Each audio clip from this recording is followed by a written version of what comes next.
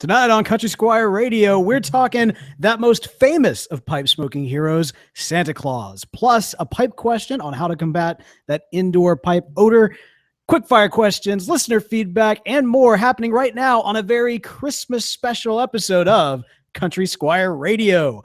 Welcome to Country Squire Radio. I'm Bo. And I'm John David. JD. Hey, Bo. Good evening, man. Man, good evening to you, sir. How you doing tonight? I'm good. Merry Christmas, man. It is we're a week away, dude. Not even a week away. We're in full gear here around the Country Squire, and man, things are rocking and rolling. So, yeah, you're not lying, man. We're in full gear. I feel like everyone I know is just very busy right now. It's kind of the tizzy that builds up to the big day, and then of course we're all stuffed with goodies and fine delicacy foods and wine and other things, and so we kind of try to chill out afterwards. So we're in a tizzy. Are we? I think it's a tizzy. It's a tizzy, don't you? Yeah, I think that's a fair assessment. Tizzy the season for sure. And I will say this. This has been kind of a unique year for us because we've been doing kind of like a holiday suite of shows. Last week we did our holiday blends, Christmas blends for the year 2016.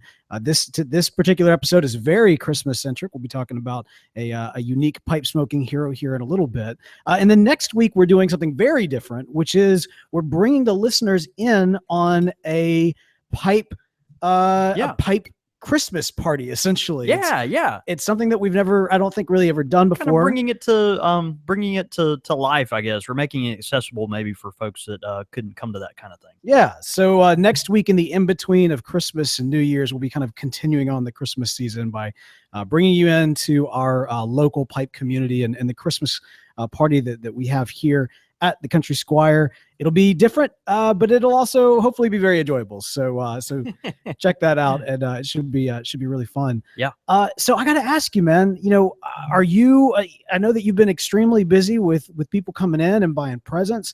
I'm kind of curious. In the midst of the Christmas rush, has there been like a particular pipe that's been selling more so than others this year? For Christmas presents? Yeah, there really has. We're doing a lot of meerschaum pipes this year, which has been really, really cool. Of course, we've got a bunch of them right now.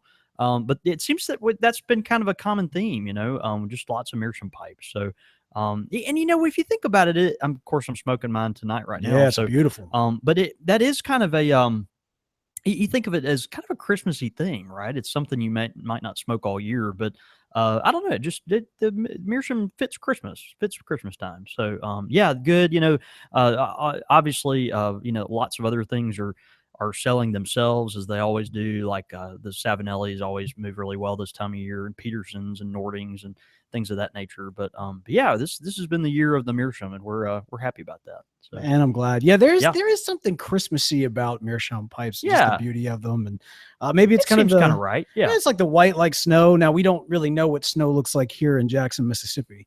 I understand. I've heard about it before. From what I understand, in the books of lore of older days, I've heard that this white powder substance comes from the sky. The weird thing is they say that it's actually water. You just get it cold enough, and that's what happens. I don't believe it. That's what they say. I think it's like teardrops from dragons or something. I don't know. Another thing that's happening right now in the midst of this holiday season is that Star Wars Rogue One is now officially in theaters. I hadn't seen it. Don't say anything. Why? I am like the only person. And I waited a full day like before I went to go see it. And I thought for sure that I would be the one that was kind of, pulling up the rear here. But everybody I've talked to, nobody has seen it yet. I can't talk to anybody about it. Well, you know me. I'm just not a movie watcher. So, I mean. But it's Star Wars. I know, of course, I'm going to go see the Star Wars movie. Like, I'm just going to. It's part of the new universe and all this stuff. But, I'm not the first to jump on. I'm always kind of late to the party. So, yeah, no. This you will not be disappointed. I'll just say that fans of the classic Star Wars are gonna really get a kick out of this one. It is very different from anything that's come before, and I guess that's essentially what I can say. Because I don't want to spoil it for you or anybody else who's listening. That's all you get. Yeah, that's all I got for you. But we'll have a nice ending. The ending's amazing. My gosh, there's this scene, and I don't want to spoil it, but oh my gosh, it's so good. So good. You're just going to have to get over it. I'm going to try to go see it with the fam while they're all in town for Christmas bath. That'd be good. Yeah, look, the families are coming in town. Everybody's traveling. You're going to be out on the road and, getting ready to spend all that time with the family. And one of the ways to kind of keep yourself awake as you get ready for all your travel plans and on the road, and on Christmas morning when you wake up to see what the big man in red has brought you. You got to stay well caffeinated. You do, and you got to get it from the Bean Fruit Coffee. That's right. Now, beanfruit.com is a place to go. CSR is the code to use. At beanfruit.com, you'll find some delicious roasted coffees. In fact, we've got one, the Confection Seasonal Espresso. Delicious. Now, you ever make your own espresso before? You know, I occasionally used to, but that's not something I really do anymore. Yeah. This is a really good one. They kind of describe it as sweet cocoa berry with a nutty cola finish. Wow. I know, right? There's a lot going on there. Dude, Paul, the master roaster over there, dude, he's got a lot of complexities that he likes to add to his Old boy roast. knows what he's doing. Big time, man. So check it out, beanfruit.com. Use the code CSR. That's going to get you 5% off. It's a great way to get yourself caffeinated and ready for the big day. Now, when I say the big day, you know what day I'm talking about. Christmas. Right? Yes, Christmas. Yes, Christmas Day, man. That's right. It is upon us. And, have you been a good boy this year?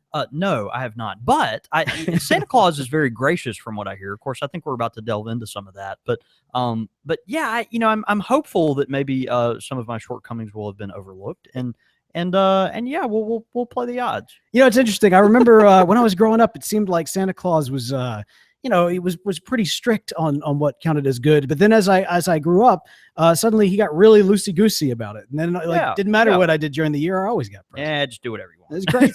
It's crazy. Now, of course, tonight we're doing something special. Longtime listeners know that we do a series called The Heroes of the Bowl, where we talk about pipe smokers of fiction and or pipe smokers of history. Yeah. A lot of times these can be artists, politicians. They don't necessarily need to be heroes in the traditional sense. However, I think this one's kind of close. I mean, when you think about the fact that Santa Claus, he himself is a pipe smoker, you have to qualify him as a pipe smoking hero. No, that's right. Yeah. I mean, he's somebody that we've all grown up with. And I would even argue, and I think I'm right on this, the most famous pipe smoker in all of history. If we're talking about the generations that have gone by, and I literally mean millennia, then yeah, I think overall you probably have to say yeah. I mean, and when you talk about pipe smoking heroes, everyone's like, well, okay, generally when we do a pipe smoking hero, it's like I take the historical figure, you take the fictional hero figure, and Saint Nicholas, he just kind of fits in both categories. He fits in both. In fact, but he's a real person. It's interesting. Which is interesting. Yeah. Why would you imply that he wasn't? Of course, Santa Claus is real. No, right. Or do you not want presents this year? No, I do. Okay. See, I'm not helping myself. No. No, of course Santa Claus is real. But we are talking not necessarily about the quote unquote real Santa Claus. We're talking about kind of the Americanized version of Santa Claus. Yeah. And it is interesting because I wanted to go at this at a couple of different ways. One of the ways we could have done this, and we may do this at some point in the future, sure, is talk about the two characters that inspired the American Santa Claus, one of which is fiction and the other is historic. Kind of our modernized version. Exactly. But then also that points back. But what we're going to do tonight is we're going to actually look at the origins of the Americanized Santa Claus, okay, what we know today to be the modern Santa Claus. And so when I was doing my research, I found that there are really kind of three individuals who are responsible. Now, there's a lot of controversy as well in terms of claims of who invented Santa Claus, but you can't talk about him and his origins, especially the true origins, which is the pipe. Right. Because some people, that's right, they don't like a Santa Claus that smokes a pipe. Yeah. In fact, even as early as a couple of years ago in 2012, there was a bit of a campaign to get rid of the pipe.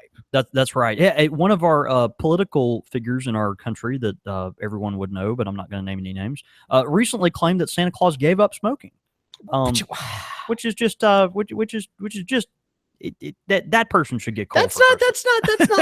That's not. What do you call it when you take a writing and you change it and you're not supposed to do that? Is that libel? It's heretical. It's heretical is what it is. Which actually the original Saint Nick punched a heretic, if I'm not mistaken. Well, let's talk about it, man. Okay, so one of the first people that you have to mention when talking about the origins of the American Santa Claus, and for simplification, I'm just going to say Santa Claus from this point on. Yeah. That is Clement Clarke Moore. Now, this is actually someone who has been known As he was born in 1779. He's the author of the story A Visit from St. Nicholas, which would go on to be known today more commonly as 'Twas the Night Before Christmas. Oh, is that right? That's okay, correct. so that evolved from this story. Yeah. Okay. Now, interestingly enough, I mean, it has kind of been declared one of the most famous poems of all time. Sure. But it's funny, Moore actually did not want to be associated with this poem. In fact, he was an ancient language professor. And so, you know, writing this kind of whimsical child's almost kind of beneath him. Yeah, I mean, he wrote it. It's kind of beneath him, and it was actually a friend of his that published it anonymously. Yeah, in kind of their local paper, the Sentinel, and it wasn't until a couple of years later that Moore did in fact claim it as part of a publication called the New York Book of Poetry. Okay, now that was in 1837. St. Nicholas, of course, from this from this poem. I mean, we've all heard "'Twas the Night Before Christmas" and all through the house. Not a creature was stirring, not even a mouse. Can I just interject and say that when I was 3 years old, and there is VHS videotape evidence of this in 1987 or whenever that was, I memorized the entire "'Twas the Night Before Christmas." Did you really? And I was precious. Can you do it now? I was precious. No, I can't. But at some point, that video may have to resurface in a viral YouTube environment. We'll see. Yeah. Well, so "'Twas the Night Before Christmas," the publication that we referenced earlier in terms of the 2012 campaign to try to remove the pipe from "'Twas the Night Before Christmas." Now, I want to go on record and say this. Normally, I'm not opposed to creative license as it comes to "'Twas the Night Before Christmas. Sure. Especially because for me in my house, we have always read the Cajun Night Before Christmas. The Cajun Night Before Christmas? The Cajun Night Before Christmas. What does that involve? Like gumbo and nutria? "'Twas the night before Christmas, and all through the house, not a creature, no way. Oh man, hang on. I wish I had. Oh, this is so offensive. You know what? Terrible. You know what? If the listeners will allow me, I will read Cajun Night Before Christmas and include it on next week's episode. God, it's horrifying. I'll put it out there at the end of the credits. Our resident Louisiana resident that's here in the audience is going to suffer. No, look, this was a Louisiana book. Look, families in Louisiana religiously read the Cajun Night Before Christmas. No, that makes sense. It is done in love, and I would like to remind the listener that I am half Louisianian. No, that's true. I got a huge Catholic Cajun family. No, so, that's true. From the Bayou. I'm just saying. That's right. That's not how. Point being. I could say it. That's what I'm saying. I could do it. But anyway, so I'm not opposed to the creative licenses. But in terms of the original, A Visit from St. Nicholas, there's kind of an argument for this creation of Santa Claus and the figures that inspired him. Of course, sure. St. Nicholas, the actual saint. Now, was St. Nicholas, he was a patron saint? Is that how that's stated? Well, yeah, most saints that were canonized by the church had, some type of thing that they patronized, I guess is how you'd say it. But yeah, don't patronize. They were very patronizing towards it. No, they were, you had patron saints for different things, and of course, over time, these things kind of got attributed to different ones. And of course, Saint Nicholas was venerated in the Catholic world and Orthodox world, and also the Anglican world, and occasionally you'll find other Protestant denominations that point to him as well. But yeah, typically patron saint of a bunch of weird stuff. And that's kind of, you see this a lot in those saints that go way back. Right. The saints that go way, way back. Like just a list of things that Saint Nick was a patron of: children, sailors, fishermen, broadcasters, the falsely... Whoa, hang on. Yeah. Oh, dude, he's our patron saint. He's our patron saint. Oh, that's delicious. What? That's great. Mind blown. Oh my gosh, that's awesome. Repentant thieves, brewers, which is nice, and I believe actually Saint Augustine is also a saint of beer brewers, which is kind of interesting. Awesome. Pharmacists, archers, pawnbrokers, and then a host of cities across Europe and countries. So yeah, kind of interesting. Yeah, it's a lot going on there. But so yeah, historical figure that over the centuries, more and more kind of sects of society pointed to him as someone that they would look to intercede for them. I love it. Fascinating. Yeah. 4th century bishop. Of course, the inspiration, a very clear inspiration for the character of Saint Nick. And then also that's kind of one origin, but the other is that's kind of tied into this depiction is actually of and this is going to sound kind of interesting, but Sinterklaas which is of course a Dutch character. Yeah, it's a Dutch it's character, the Dutch right? Santa Claus essentially, but essentially taking Santa Claus and actually combining him with Odin. Really? Yes. Wow. Now, I'm not very familiar with Odin. Odin was kind of the father of the Norse. It's a Norse god, Norse right? mythology. Yeah, sure. And a little beknownst to me until I kind of did some research, but Odin would actually ride an 8-legged horse. He would actually ride through the sky. I thought 4 was enough. Well, when you're Odin, sometimes you just have to up the game. Got to get there faster. That's right. That's where you get more horsepower. Mm-hmm. Except instead of getting more horses, terrible. Yeah. More legs. Yeah. So you think about this kind of bearded, great figure, and then kind of combining that magical element, the flying, the number 8 associated with the travel as well. Sure. Considering of course the 8 tiny reindeer. Okay. And how that plays in. And so so this is kind of what we all know today as kind of parts of the classic Santa Claus. Right. Now there is a little bit of some contested nature as to what is more prominent in the American tale of Santa Claus in terms of its origins. Okay. One, of course, being this "'Twas the Night Before Christmas," right, which has gone on to become a classic. But the other was a work that was actually done by an author that many know, which is Washington Irving. Yeah, sure. Legends of Sleepy Hollow, Rip Van Winkle. He was famously known for his short stories. He actually published a short story containing a character which was St. Nicholas. Now, this was released on St. Nicholas Day, the Feast of St. Nicholas, December 6th, 1809. Wow. So there's some predating here. Okay. And there is a lot of similarities in terms of his depiction of St. Nicholas and what would kind of become the "'Twas the Night Before Christmas" St. Nicholas. So we think maybe some of those things influence the other kind of deal. It's very possible. Sure. And, I don't know that there's, sometimes it's not like, you don't intend to copy, but there's a lot of building, and that's kind of what you see, especially in folklore. Sure, is building upon building upon building of stories and legends and that sort of thing. Right. But Irving specifically had a short story called, and I hope I'm not butchering this too bad. Oh, I'm sure you are. Olaf van Kortlandt. Okay. And in this short story, it depicts the character of Saint Nicholas, and it's so tied specifically with St. Nicholas as a pipe smoker that it is definitely worth diving into this passage. That's the one I believe in. Exactly. Now, long time listeners will recognize this passage because I actually read it on the show on our very first Christmas episode. Is that right? Yeah. Wow. And so it's going back 3 years? But you weren't there for that. And it was you and Timothy. It was me and Timothy at the time, the intern. At the time, the intern.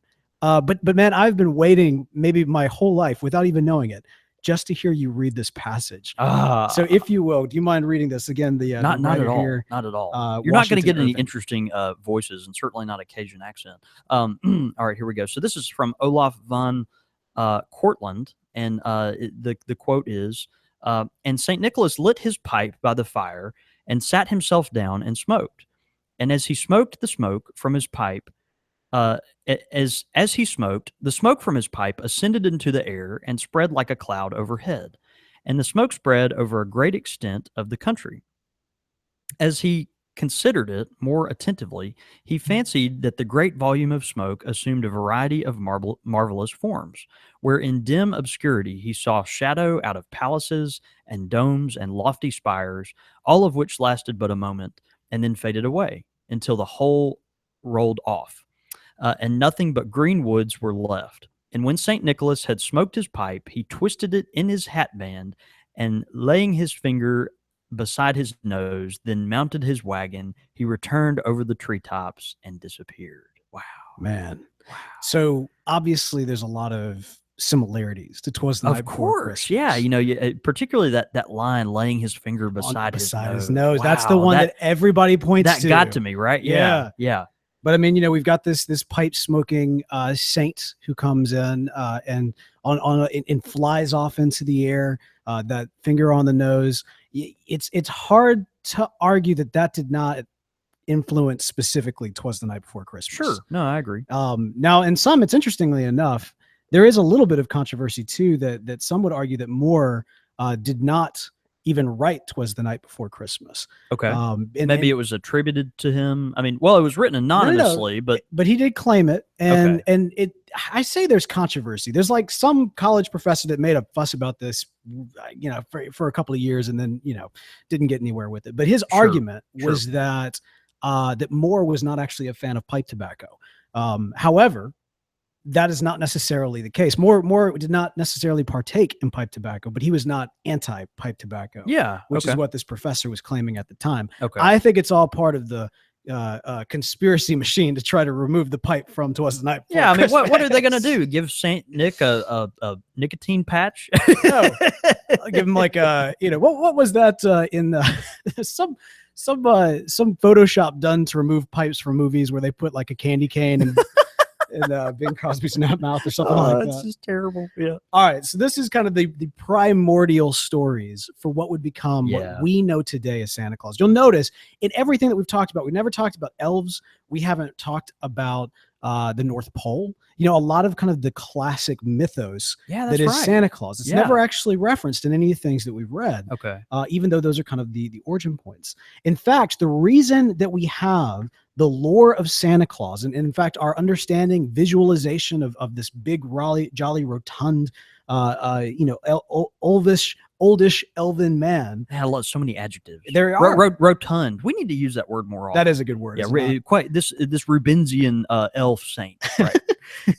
These all come from an artist by the man let me state that again. These all come from an artist known by the name of Thomas Nast. Now, Thomas Nast, is that right? Thomas Nast, known as the father of the American cartoon. Yeah, absolutely. Born in 1840. He was actually the one that really kind of took the character of Santa Claus and expounded upon him. Many of us, especially in the pipe smoking community, this time of year, we kind of pass around this image of Santa Claus, this big figure that kind of resembles what we imagine to be, the ghost of Christmas Present in Dickens' story, A Christmas Carol, where you actually have this large individual who's larger than life with this great big beard and this wreath over his head, like this kind of beautiful artistry. All came out of these sketches and these stories that Thomas was kind of put together, and has become part of this man's legacy. And in fact, he's known not just for taking the character of Santa Claus to the next level, but he's also accredited for bringing us a lot of what we know today as kind of American visual classics. Yeah, this is the part I was actually interested in because I remember this from grade school. Yeah. So he came up with some other stuff that we see every day, right? That's right. So we're just finally exiting a political season, and so one of the things, the Lord Jesus, one of the things we're all very familiar with is kind of the creatures which represent each party: the elephant, the Republican elephant, the Democratic donkey. Right. Now these were these.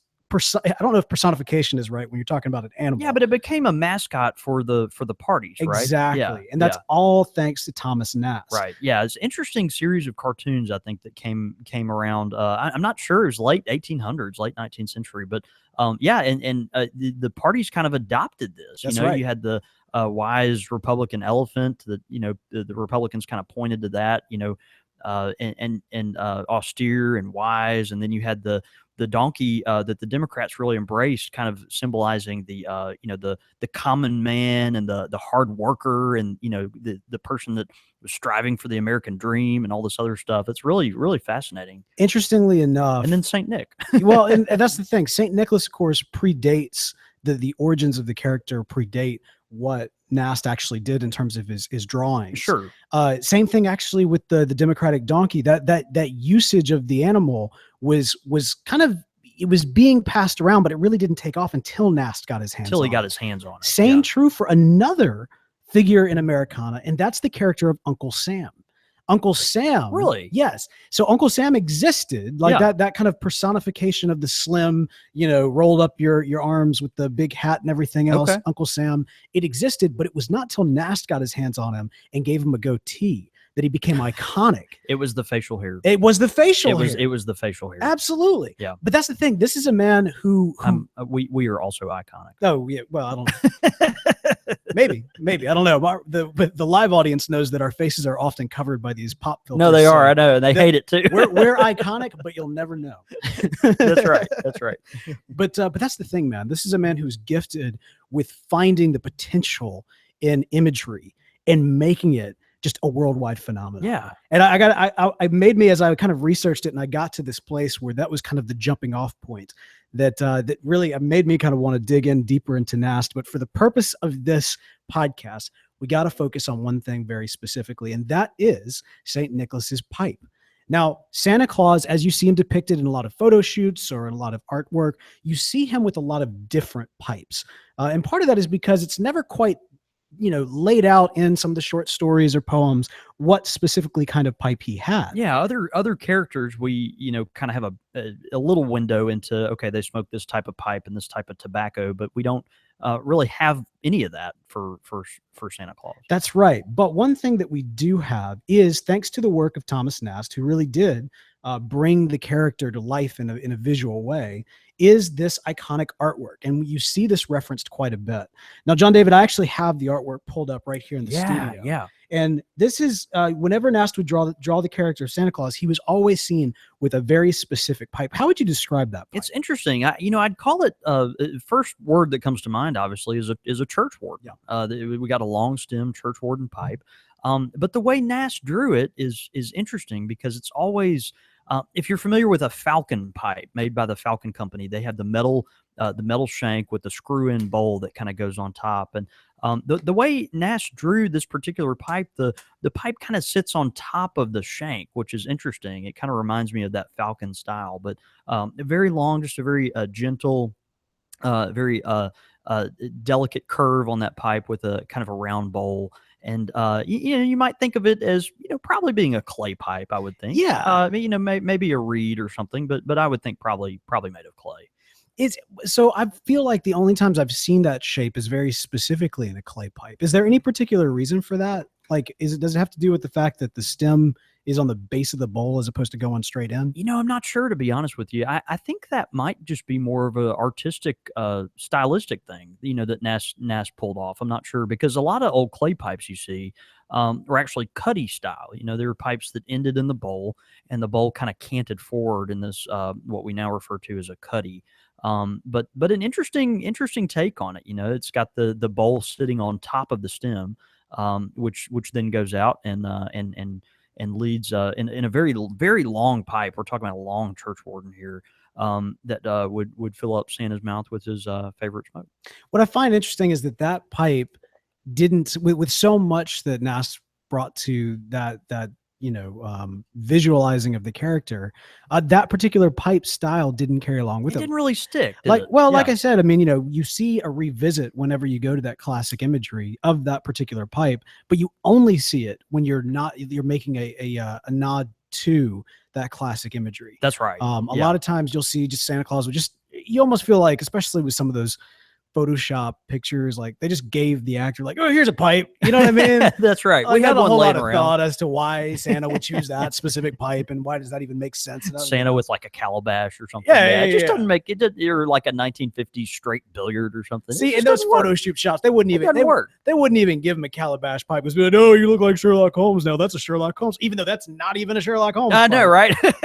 Exactly. I guess we're getting into pipe snob territory. Yeah, we kind of are. But what's interesting is occasionally you would see it when there was a nod to the Thomas Nast artwork. And I love this. We were talking about this before the show a little bit.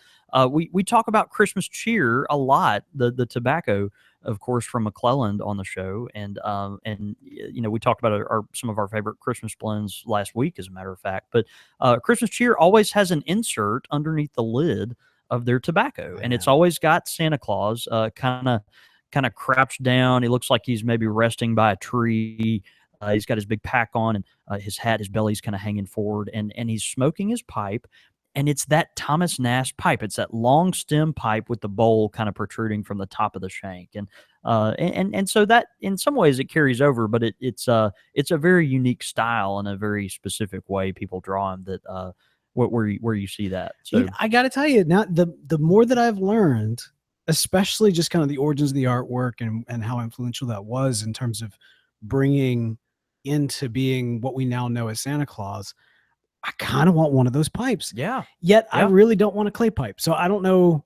Something's got to happen. We'll have to work on that. Somebody out there, surely there's got to be a Briar pipe in that style that looks kind of like that. I would hope so. We need a Briar Falcon Bowl church warden. Calling all pipe. None of that exists. Yeah. Right. No, man. Look, there's some great stuff that you can do this year in terms of gifts and that sort of thing.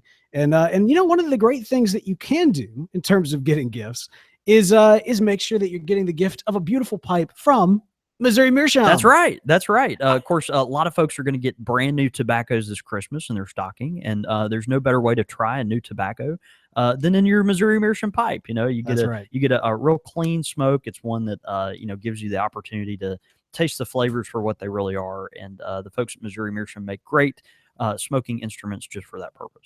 Yeah, man. I wonder if they could. Phil, if you're listening. Oh, yeah. Phil, if you're listening. Yeah. Could you pull off maybe a St. Nick series, huh? St. Nicholas pipe. That would be, that'd be difficult because, that's a tiny bowl. It's a tiny bowl and it's a long stem. It is you got a very long stem. Now, the folks at Missouri Meerschaum, they've come up with some long stem pipes that are wildly popular. Obviously, you've got the Cobbett series. Ooh, yeah. And even the MacArthur series. These are long stem pipes that not just have a long shank, but also a long ebonite stem as well, which is kind of nice. But if anyone could do it, I think they could. If anyone could pull it off in a corncob way, that's the great thing about Missouri Meerschaum. They put a lot of thought into all of their products, get some great quality stuff out there. If you've never checked them out, you should. Great little stocking stuffers for your loved ones or, for yourself. Check them out. Be sure, hey, if you happen to either get or enjoy your Missouri Meerschaum pipe this Christmas, be sure to take a picture, send it in to us at Squire Radio, and we'll be sure to retweet that out. Big thanks to the good folks at Missouri Meerschaum for helping make this show happen, and thank all of you for helping make them happen. That's right. Yes. Pipe question of the week. Let's see. Pipe question of the week this week comes in from listener Alex McCaslin. Alex writes in, he says, "Hey, Bo and John David, I've got a question about smoking indoors. What is the best way to keep the smell from becoming overwhelming? Yeah. I know there are candles that claim to get rid of the smell, but I'm skeptical as to their efficiency. Do you have any tips?" He also says, "Thanks for all that you do in putting on the amazing podcast every week. Y'all are like my own personal pipe club since I am far too introverted to go and actually meet a real one." Well, Alex, thank you for that question. But not too introverted to write in and have your name blasted all over the internet. No, this is true. Hey, look, good for you, Alex, man. And hey, if you feel like we're part of your pipe club, have we got some news for you next year? Ooh, Stay that's tuned. exciting. That's a tease right there. That's right. Great question. Combating indoor pipe smell. Yeah. Referencing candles specifically. Yeah. Interesting. I was actually talking to Caleb, the intern, earlier about this because I have had very mixed results with pipe candles or tobacco candles. He has not. He has had a very positive experience with them. And what Caleb does is he actually lights the candle and he lets it burn for about 10 minutes just to get that the plenty of oil in the candle lit and melted and lots of that aroma going. I guess I don't know exactly how it works, but and then he lights his pipe after that, so he gives kind of his candle a head start in order to work. So you may try that if you've got a candle. It might be at least worth trying. To mitigate the smoke inside, there's a lot of things you can do. Obviously, you've got two things, like prevention from stinking or cleaning up the stink. And so, if you can use things like Febreze or some type of air neutralizer to cover it up. But what most people really are interested in is how to filter the smoke, how to make it less so. And one thing, if you're going to try to do this, you need to keep in mind. An air filter, just a filter like you might put in your air conditioner at the house. If you own a home or if you take care of your own home, you probably are familiar, I hope so anyway, of changing the air filter out in your duct work or whatever. And that although it'll help somewhat is just not gonna get the job done. If you're really looking to to get rid of those particles that are, what create that kind of soot smell after the fact. So in the shop here, we have the luxury of, having enough of this to where we, have to go out and get it. But we got some of these ionizers, and what these big units do, they're called Smoke Eaters is the brand, but they actually ionize the smoke particles in the air. So it's ionizing these smoke particles that are going to attach to something else if they're not collected. And make them stick by electric charge to these metal plates. And so they actually make stuff like this for your house that is a little more reasonable in cost and quieter. But, they're still, going to cost you some. I'd check with, local folks like maybe a Home Depot or a Lowe's or something like that. Look online for smoke ionizers, smoke eaters, things like that are specifically meant for smoke. But so there are ways to help out, but you're just not going to get a lot of results from a filter. You're going to need to look for something that ionizes the particles like that. Unless you just want to, cover it up after the fact. Maybe you just smoke, in your house once every, couple months or something. And maybe a bottle of Febreze is really all you need. I can't stand Febreze. And then even then, like I'd just rather have the lingering pipe smoke. I mix it. Like, the thing is, I'm like, all right, if you want to counter it with something complementary. Febreze, it's typically like you got the two smells that are combating each other, and like the result is just the Febreze just kind of wins out because it smells like fruit liniments. It smells awful is what it smells like. I think you can find some great pipe tobacco candles out there, right? I mean, like, yeah, try them out. I mean, like the intern says, he's had good success with them. I've been skeptical over the years and have had customers that have been, but Caleb's idea of kind of letting the candle have a head start, it might have some merit to it. Yankee Candle has a candle called Santa's Pipe. That is actually one of their scented candles. Yeah, I think they do. Now, I don't know how much that would work at covering it up. No, well, that's what I'm saying. Get something that complements it. That makes sense. It might just kind of become part of the natural. Kind of makes it a better thing. Makes it kind of augments it. You mentioned the smoke eaters. I mean, aside from, your own personal smoking lounge, I mean, does like the barbecue places, would those also kind of use that type of technology? I'm not sure. You used to see a lot of smoke eaters in the restaurant industry, but honestly, it was mostly because you used to have smoking sections in restaurants. And so, you just don't see much of that anymore. I love going to our local Irish pub that's in our neighborhood, because you look up at the ceiling, they've still got the smoke eaters up there that were last used, in 2008 or whatever, last time you could smoke in that restaurant. That's crazy. It's been a long time. So yeah, I'm just not really sure. Interesting. All right. Well, fair enough. Well, that's a great question, Alex. We really appreciate that. You writing in. And like I say, in terms of us you feeling like you're part of a pipe club, well, stay tuned. Big things coming in 2017. Pipe question. Nope. That was already pipe question of the week. Quick fire questions. Ow! All right, man. Quick fire questions coming in from Mango Andy. What a great name. Over on thispipelife.com, the amazing forums at thispipelife.com, which we'll talk about in just a minute here. But first he writes, I wrote these with my 9-year-old son consulting me. Okay. All right. So he wanted to preface us with that. Okay. Here we go. And so he's got them kind of sectioned off, and he got a whole laundry list here. So it's going to take us well through the next year. Okay, good. Consuming information is the topic. Okay. Here are your quick fire questions. Okay, so you're receiving information. Receiving it. All right, go ahead. Podcast or videocast? As a podcaster, I'm going to shamefully answer videocast. So if I were really into Country Squire Radio and weren't producing, or I don't produce anything, but weren't hosting Country Squire Radio, there you go. Then I would love preferably to tune in to the live video show. Interesting. There's something about a visual element there that is very I connect to it a lot easier. Really? So, I'd have to go with video. All right. So for me, I mean, it's probably because of, I'm big into the world of audio, but for me, podcast is easier because I can multitask. That's right. With the video, I always feel like I'll don't get me wrong. When I'm doing a bunch of different things, I'll typically have a video up in the background. But a lot of times in terms of like I'm mobile, I'm moving, I'm traveling, I tend to rely more on podcasts in terms of gathering information.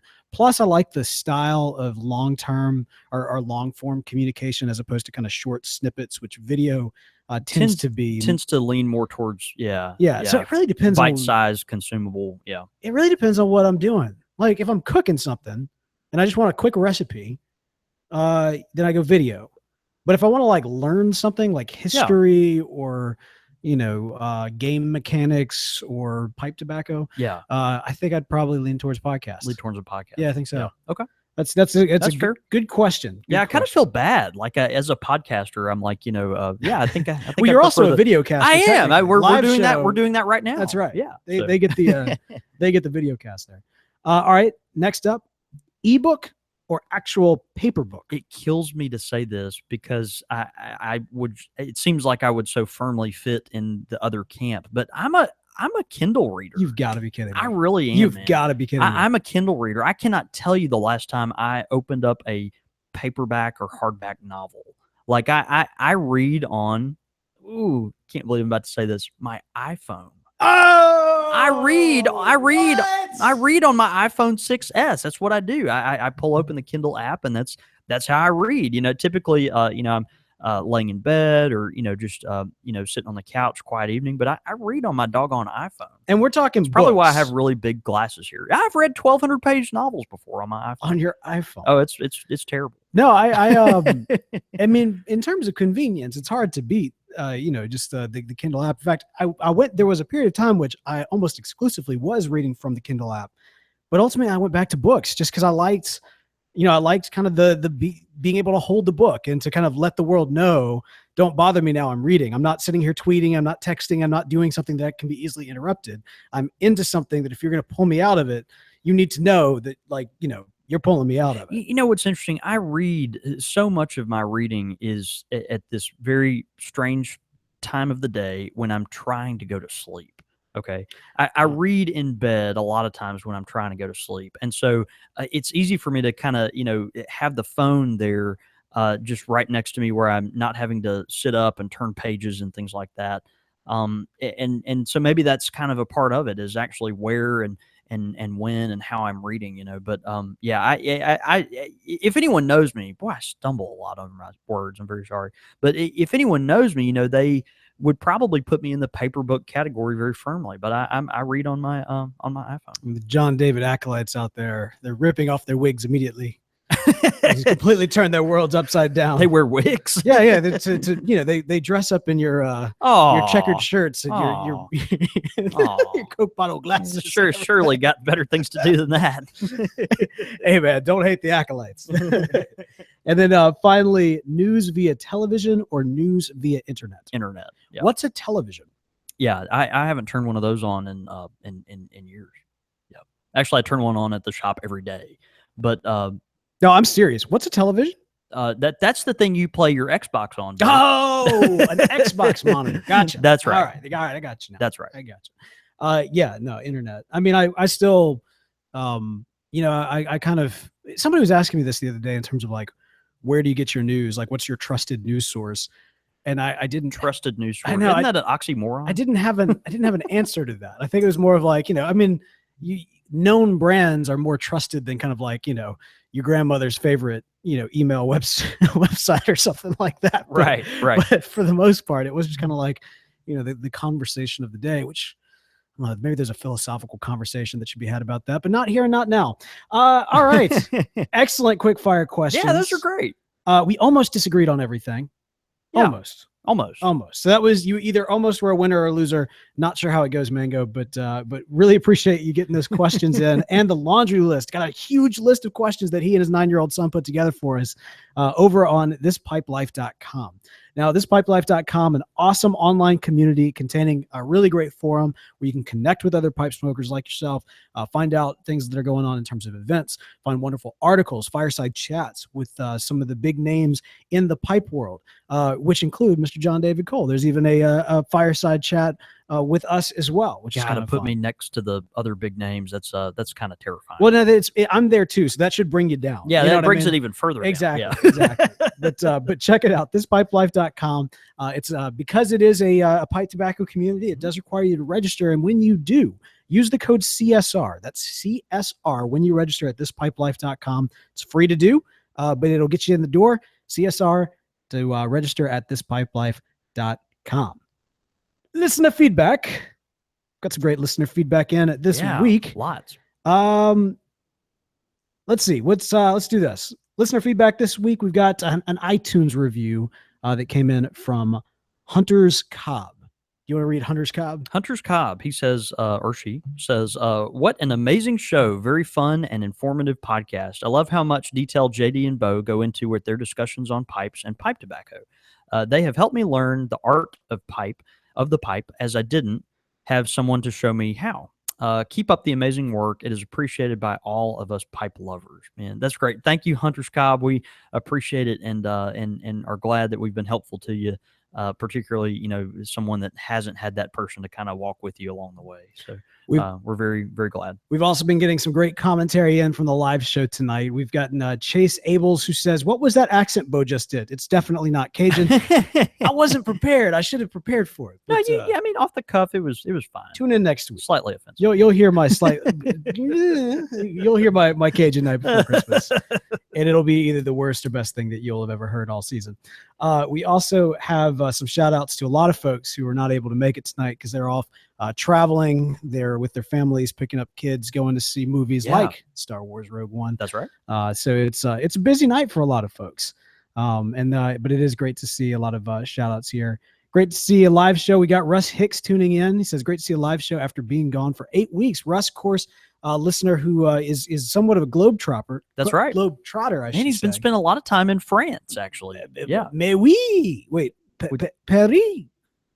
Oui. I don't think he was in Paris weeing. Croissant. He might have been croissanting, but not maybe croissantering.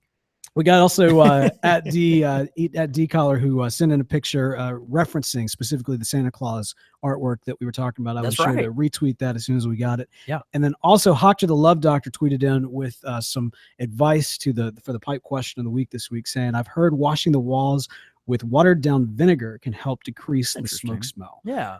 He says he also got a small ionized air puffer or purifier from Target for $30, and he says it's pretty good. Yeah. I only smoke with the heavy door open, screen door closed. Yeah. So there you go. Yeah. Great stuff, guys. We love getting all of your feedback in, both during the live show as well as throughout the week. Right now we are coming on. I mean, we're here. Christmas is like right around the corner. That's it. New Year's is to follow. Next week for the podcast, we've got kind of a special one that we're doing in terms of mixing it up a little bit, bringing you guys into our local Christmas party. However, there will not be a live show next week. We will be returning following, which is the first week of January, if I'm doing my math right. That's right. No, that is. Great. And that means y'all can tune in on Monday nights starting at the beginning of the year and throughout the year. We are going to have some really big news to share with you guys on the first week of January, our live show back. You're going to want to tune in live for that one so that you can be the first to know about it. Because then if you're finding out about it on the podcast later, you might be a little late to the game. If ever you were to tune into a live show, I'm just saying that's the one to be there for. You can, of course, tune in the first week of January on Monday night. That's going to be 6:30 Pacific, 6:30 Central, 4:30 Pacific, 7:30 Eastern. CountrySquireRadio.com is the place. Keep up with us throughout the break, though. You can follow us at Squire Radio is the show. You can follow me at The Real Bo York. I'm at John David Cole, or you can get us at the shop at @_Country Squire. And all that contact information and more can be found at CountrySquireRadio.com. All right, man. Man, it was great. Bo, Merry Christmas. Merry Christmas, brother. We got a lot of fun stuff to look forward to. I've already been filling up on sweets and good food, and I got a lot more sweets and good food to look forward to in the coming days here. So it's going to be a good one. Hey, let's go have a night. We'll see you next year. All right, guys. Thank y'all so much for tuning in. We really appreciate it. We will not be here again for next week on the live show. We will be back the week following. You'll definitely want to tune in for it. That's right. And I think that's going to do it for us. That's great. Good night, y'all, and we thank you for visiting us. See you. Merry Christmas. Happy New Year. Merry Christmas.